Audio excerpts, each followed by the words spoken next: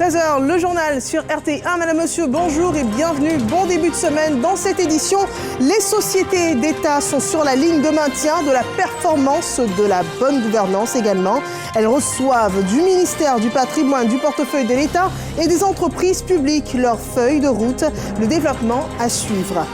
Le projet de développement durable et inclusif des villes secondaires annonce des actions fortes pour la région du Tchologo. 34 milliards de francs CFA seront décaissés pour financer des actions de développement prioritaires. Et puis, l'actualité hors des frontières ivoiriennes avec la situation politique en Guinée-Bissau, toujours aussi tendue, des tensions qui opposent le pouvoir aux autres formations politiques sur la prolongation du mandat présidentiel en cours. Le président Mbalo, qui dans la foulée a expulsé des médiateurs de la CEDEAO ce week-end, annonce depuis la France qu'il sera bien candidat à sa succession en 2025. Les administrateurs des entreprises d'État de Côte d'Ivoire sont orientés pour une gestion optimale du portefeuille de l'État pour cette année 2025. Une réunion d'échange a servi de cadre pour analyser leur rôle stratégique pour renforcer la performance et la bonne gouvernance au sein des entreprises publiques. Des échanges avec la tutelle, le ministère du patrimoine, du portefeuille de l'État et des entreprises publiques, un élément que rapporte Léon Pro. En 3 ans, le résultat net cumulé des 51 entreprises du portefeuille de l'État s'est multiplié par 4 pour ressortir en 2024 à 254 milliards de francs CFA. Cette performance, le ministre du patrimoine et ses collaborateurs d'accord pour la préserver.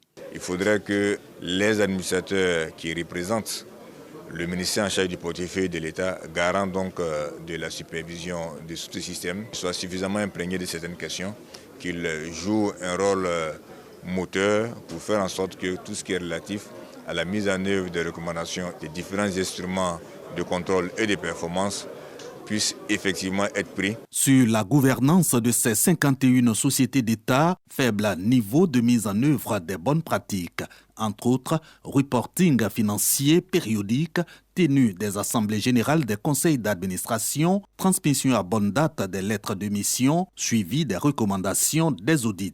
Pour améliorer ces indicateurs, de nouvelles orientations et consignes de la tutelle assémandant au conseil d'administration. Objectif, hausse des recettes publiques. Ce sont des ressources additionnelles qu'on met à la disposition du trésor public et c'est de l'argent qui va servir à construire des routes, des écoles, équiper des centres de santé, permettre à des populations d'avoir de l'eau potable ou d'avoir de l'électricité, ainsi de suite. En plus des 51 sociétés à capitaux exclusivement publics, le portefeuille de l'État est censé s'étendre aux sociétés à participation financière publique, majoritaire et minoritaire, de même que les structures sous contrôle de l'État.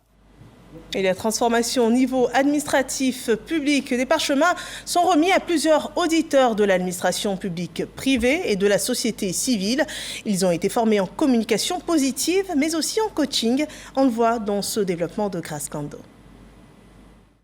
Sur 520 auditeurs formés par le CETSI, Centre d'éducation à distance de Côte d'Ivoire, 80 reçoivent à titre symbolique leur certificat de fin de formation.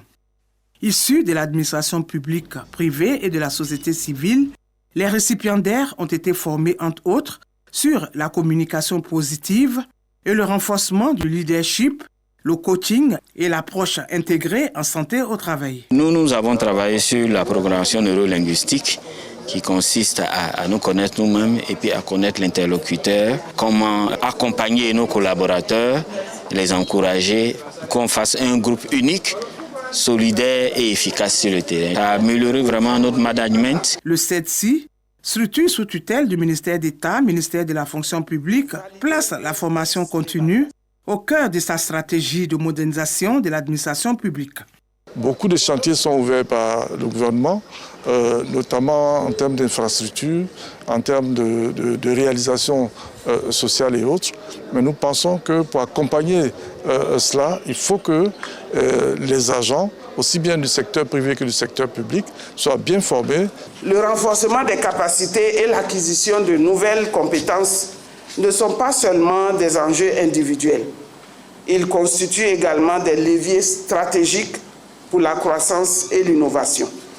En mettant l'accent sur la formation continue, nous posons les bases d'une administration résolument tournée vers l'excellence et l'amélioration des services rendus aux usagers. Pour l'année 2025, les sessions de formation du CETSI porteront sur plusieurs thématiques, dont la gouvernance et le pilotage stratégique, l'éthique et la gestion de l'intégrité.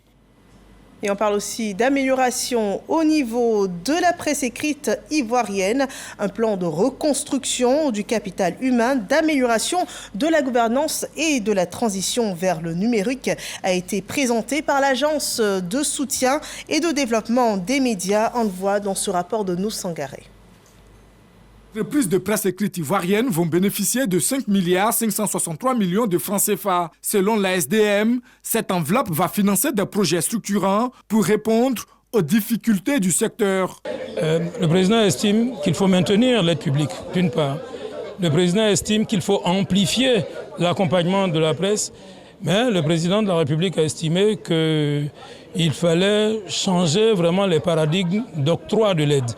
Donc l'État va continuer à accompagner le secteur, mais à l'accompagner pour qu'il se développe. C'est un programme spécial que nous avons déjà commencé à mettre en œuvre en 2024, qui doit, dans sa première phase, se conclure en 2026, qui consiste à apporter une réponse massive, mais structurante, pour accompagner le développement de la presse imprimée et déclencher le cycle vertueux.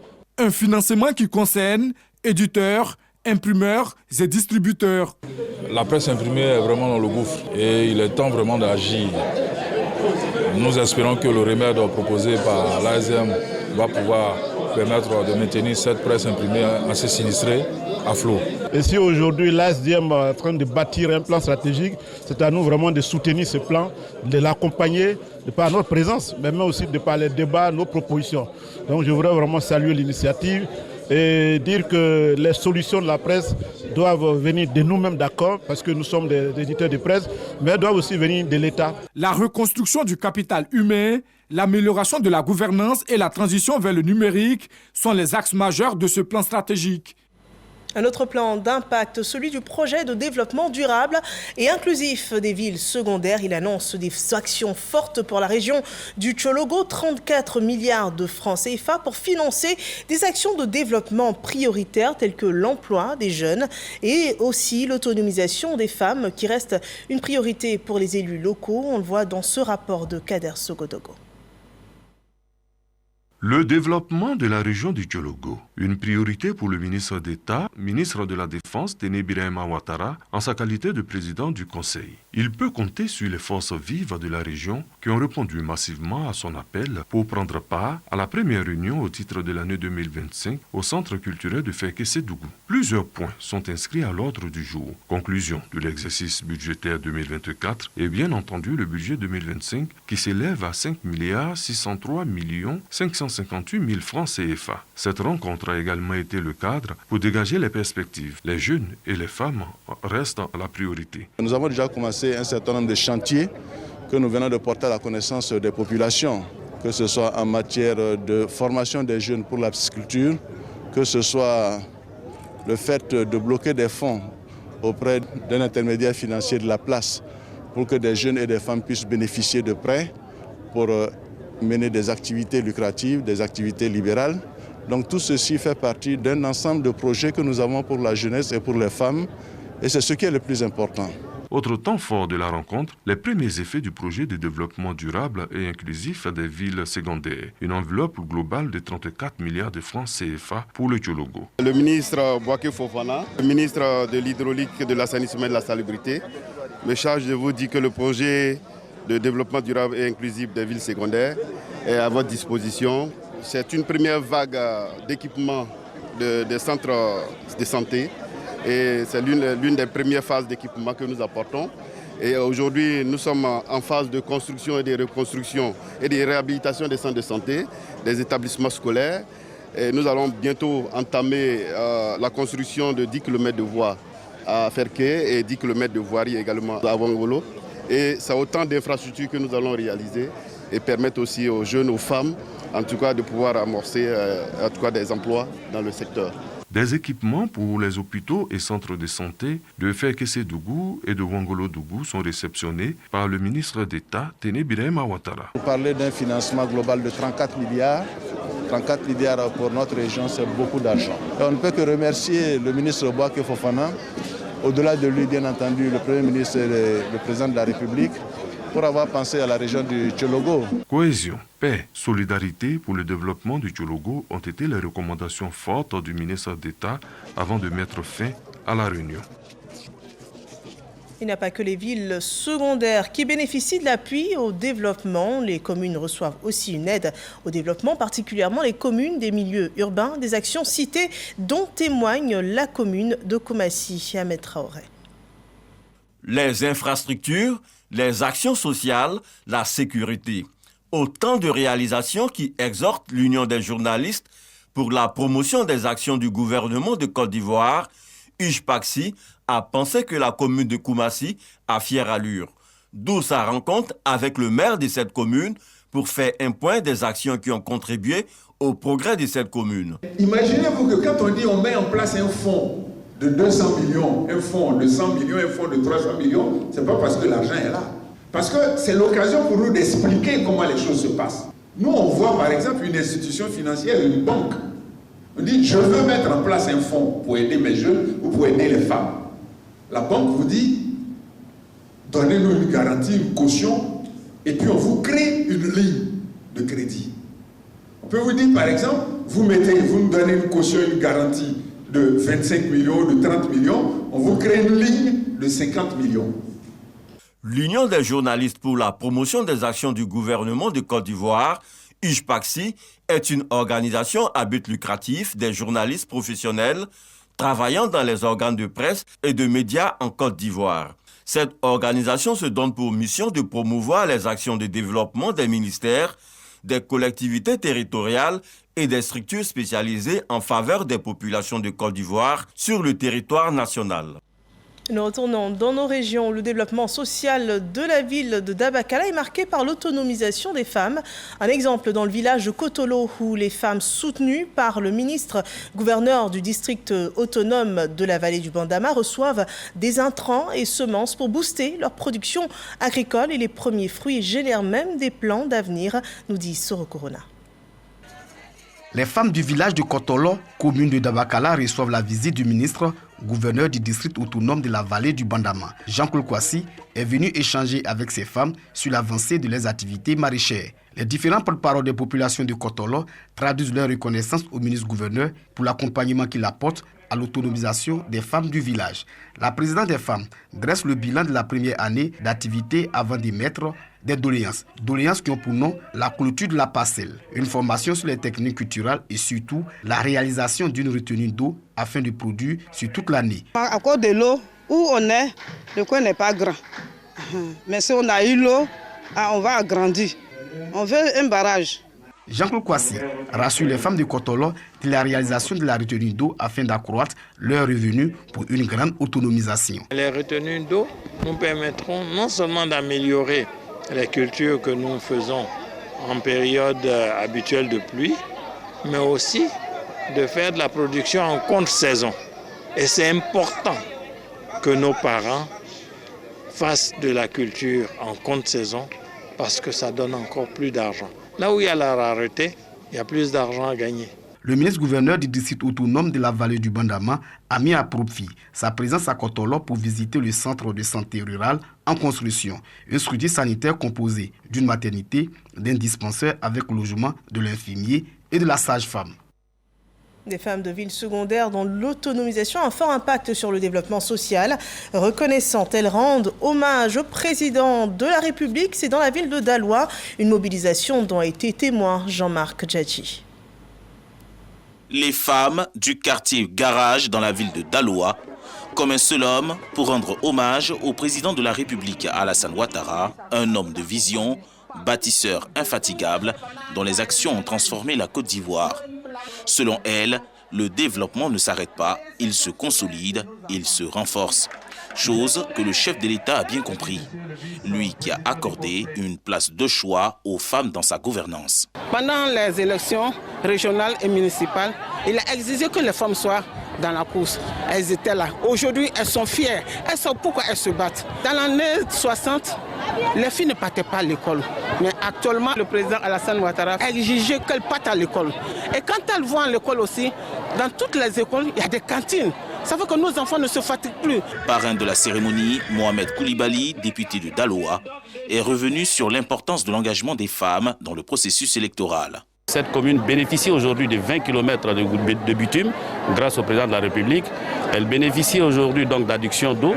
Elle bénéficie aujourd'hui donc de routes reprofilées. Il y a aujourd'hui des programmes pour accompagner donc les jeunes et les femmes. Et bien évidemment, c'est à juste titre que nos mamans ont décidé de dire merci à son excellence M. Alassane Ouattara. Les femmes du quartier Garage entendent poursuivre leur soutien aux actions du chef de l'État pour contribuer à garantir le développement et la paix dans le pays. Elles se disent prêtes à s'engager pour un avenir radieux sous la vision éclairée du président Alassane Ouattara. Notons que cette cérémonie était placée sous la présidence de Mamadou Touré, ministre de la Promotion de la Jeunesse et de l'Insertion professionnelle. Les femmes, ici et ailleurs, ont le droit de vivre libres de toute forme de violence. Et à quelques jours du 8 mars, journée mondiale des droits de la femme, suivons les actions de la Fondation Djigui, une ONG qui, dans le Bafing, dans la région du Bafing, invite les populations, particulièrement celles de Ouaninou, à donc abandonner cette pratique de mutilation génitale féminine. On le voit avec Régis Kofi. Une projection de film, suivie d'échanges, voilà la recette trouvée par la Fondation Djigui, La Grande Espérance, pour sensibiliser les populations de Bayola et Télémassa, dans le département de Ouaninou, à l'effet de mettre fin aux pratiques de l'excision. À chaque fois, nous avions des alertes dans le département de Ouaninou. Alors, fort de venir au secours de ces cas vulnérables, de ces victimes, nous avons jugé nécessaire de planter un projet ici, du projet de la promotion de l'abandon des mutilations génitales féminines. La séance de sensibilisation a été marquée par des engagements pris par les leaders communautaires de ces villages pour dire non à ces pratiques aux nombreuses conséquences. Nous, de notre manière, on va commencer à faire la sensibilisation pour ne plus que ça se répète dans le Bafing. Tout ce que vous avez dit, qu'elles ont compris, qu'elles vont plus répéter ça. Elles ne savaient pas, mais maintenant, elles ont vu que vraiment, ça n'a pas du bien. En prenant des parents ici, dites-moi ça, dit non à toutes les formes de violence basées aux filles, aux femmes.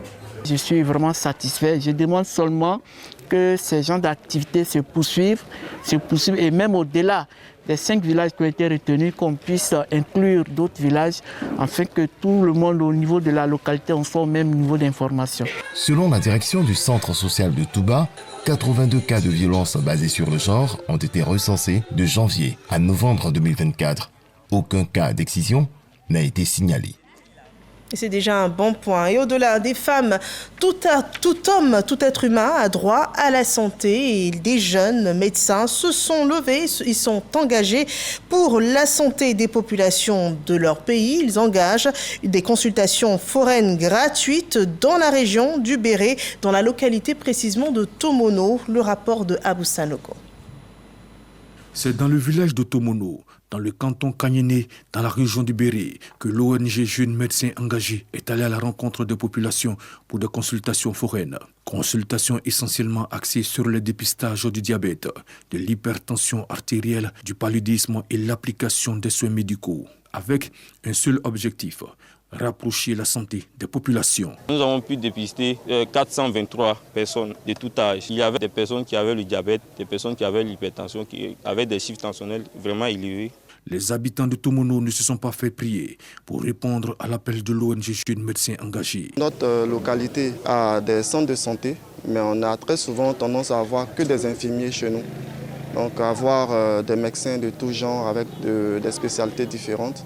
C'est un honneur pour notre localité de les recevoir. L'ONG Jeunes Médecins Engagés est une organisation qui œuvre pour le bien-être de la population dans le domaine de la santé et extramédicale. Il a pour objectif de sensibiliser la population sur la santé, de faire la promotion de la médecine sociale et du bénévolat social et venir en aide aux personnes démunies. Des initiatives à encourager. Dans un autre secteur, celui des ressources phoniques, les acteurs de la faune ivoirienne sont aussi engagés, mais cette fois, ils réfléchissent sur l'avant-projet de texte d'une nouvelle loi. Franck Quadio et Ngata Kwame nous en disent davantage. Après son adoption, la nouvelle loi portant gestion de la faune doit s'enrichir de textes d'application adaptés. L'avant-projet de ce texte est donc soumis aux acteurs du secteur faunique. Ensemble, nous allons poser les bases concrètes de la mise en œuvre de cette loi afin qu'elle devienne un levier réel de conservation et de développement durable. Les avant-projets de décret que nous examinerons aujourd'hui et durant ces 2 jours ne sont encore que des ébauches. Ils attendent vos lumières, vos expériences, vos suggestions pour être affinés, enrichis et digne d'être présenté au gouvernement. Avant-projet de texte à consolider et leur validation à l'issue des réflexions, la société civile est au nombre des acteurs invités. Le constat, c'est vrai que depuis 1965, où il y a eu la première loi sur l'exercice de la chasse, vous convenez avec moi qu'en 1974-73, la chasse était fermée et puis bon, tout ce qui se pratiquait, c'était de façon, je dirais, illégale.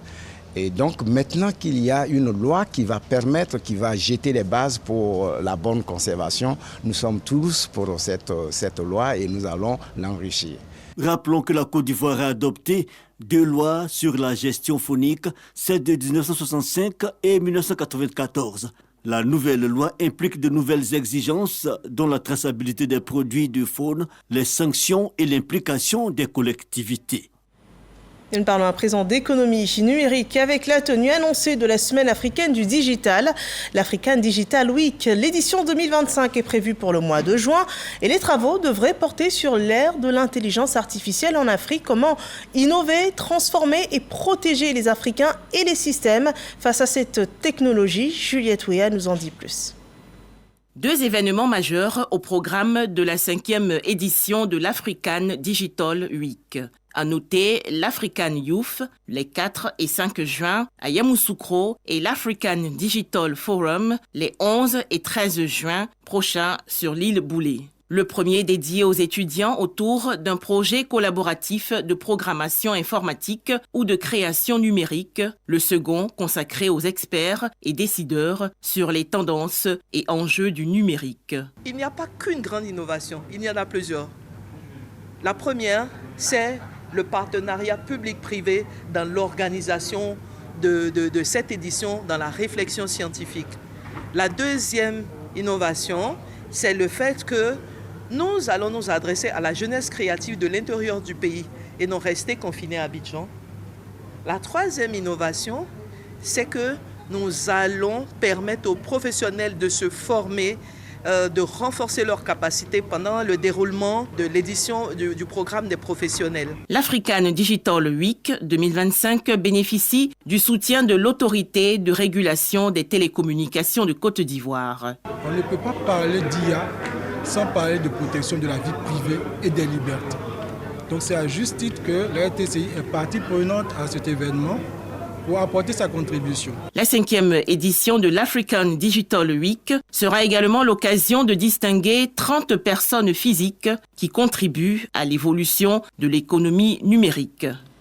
Et un cadre de réflexion scientifique à petite échelle avec le concours Miss Mathématiques. L'édition 2025 est lancée. Elle a été lancée mercredi dernier au lycée Sainte-Marie de Cocody. C'est un programme de la Société mathématique de Côte d'Ivoire, une compétition qui encourage l'excellence féminine et qui a pour vocation de susciter toutes les vocations dans les filières scientifiques ici et partout dans le monde. Les établissements sont donc invités à inscrire leurs élèves, leurs meilleurs élèves en mathématiques sur les sites dédiés du concours. Amakadi Koné et Sidonie Davila nous en disent davantage. La Société mathématique de Côte d'Ivoire lance la 19e édition du concours Miss Mathématiques. Initiée pour mettre en lumière les jeunes filles excellentes dans cette discipline, cette compétition vise à encourager leur engagement dans des carrières scientifiques. Du 7 mars au 16 avril, chaque établissement pourra proposer 7 candidates, à savoir 4 meilleurs élèves en terminale C ou E et 3 autres meilleurs élèves en classe de 3e. Pour qu'une fille en 3e soit candidate au concours, elle doit avoir au moins 14 de moyenne dans les 2 trimestres et elle doit être âgée d'au plus 16 ans. Pour les terminales, alors, elle doit avoir également sur les 2 trimestres une moyenne au moins supérieure à 10 et être âgée au plus de 19 ans. Avec cette nouvelle édition, la Société mathématique de Côte d'Ivoire réaffirme son engagement en faveur des jeunes filles dans le domaine des sciences. Le concours Miss Mathématiques a pour objectif de promouvoir la culture de l'excellence dans le secteur éducation-formation, de mobiliser les acteurs du système éducatif afin qu'elles s'approprient cet événement qui célèbre l'excellence chez la jeune fille. Madame le ministre fait savoir que ce concours lui tient parce qu'il permet d'encourager nos jeunes filles à s'intéresser aux disciplines scientifiques en général, mais spécifiquement les mathématiques.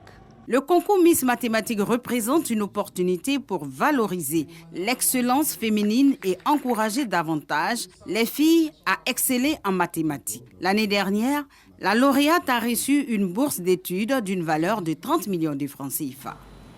Nous partons à présent à Bandoukou. Il n'y aura jamais assez de mosquées dans cette ville aux 1000 mosquées. Une nouvelle grande mosquée est ouverte par la communauté musulmane du village de Péteil. C'est dans la sous-préfecture de Laoudiba. Le reportage de Hermanie Amia. Une mosquée flambant neuve inaugurée à Péteillé, village de la sous-préfecture de Laoudiba, situé à 59 km de Bandoukou. La construction de cette mosquée a été financée par certaines bonnes volontés de la communauté musulmane et de certains fils de la localité.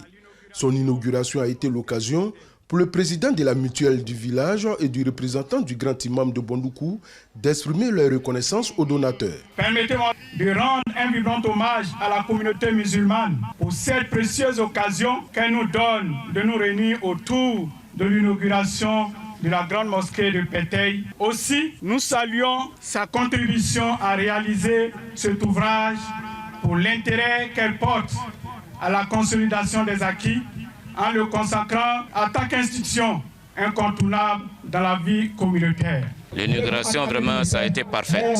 On est très contents, satisfaits. On a vu beaucoup de choses. Parrain de cette cérémonie, le directeur général de l'urbanisme et du foncier, Krakouma, a profité de l'occasion pour exhorter la communauté musulmane à cultiver la cohésion en leur sein et aussi à prier pour la paix en Côte d'Ivoire et surtout pour le président de la République et son gouvernement en cette année électorale qui suscite beaucoup de passions. Avant l'inauguration de la nouvelle mosquée, les musulmans ont initié une lecture coranique afin que Dieu préserve la Côte d'Ivoire d'une crise en cette année électorale.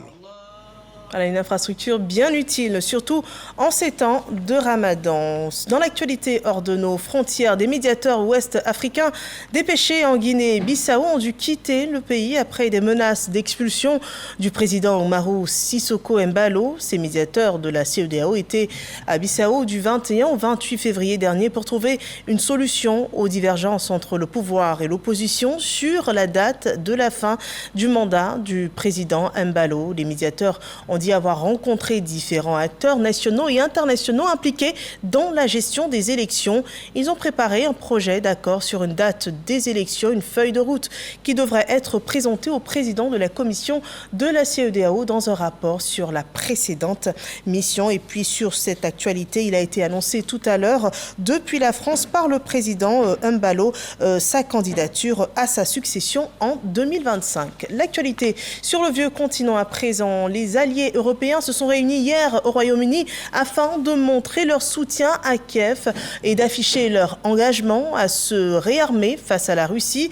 Paris et Londres ont proposé une trêve partielle, une trêve dans les airs et sur les mers concernant les frappes et sur les infrastructures énergétiques. Les dirigeants européens se sont aussi engagés à augmenter leurs dépenses de défense tout en insistant sur la nécessité de conserver un soutien des États-Unis. Et pendant ce temps, le président ukrainien Volodymyr Zelensky s'est redit prêt et ce même dimanche a signé l'accord sur les minerais négocié avec les États-Unis. Cela 48 heures après sa vive altercation, on se souvient, avec son homologue américain Donald Trump à la Maison-Blanche.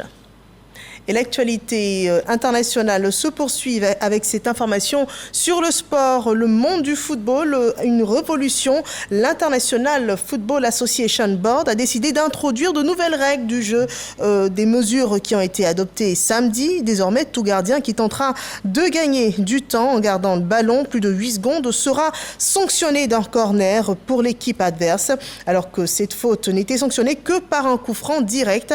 Autre changement également, la règle du capitaine. Seul le joueur porteur du brassard de son équipe sera autorisé à se rapprocher de l'arbitre pour tenter de contester certaines décisions. Et après contrôle du VAR prolongé, l'arbitre peut à voix haute expliquer sa décision prise. Des nouvelles dispositions qui entreront en vigueur à partir du 14 juin prochain. C'est ici qu'on s'arrête pour cette édition d'Information. Merci de nous avoir suivis. Je vous retrouve demain à la même heure sur RT1 pour un autre journal. Retrouvez à 20h pour un autre prime de l'information Marie-Laure Goran. Passez un excellent après-midi sur nos chaînes.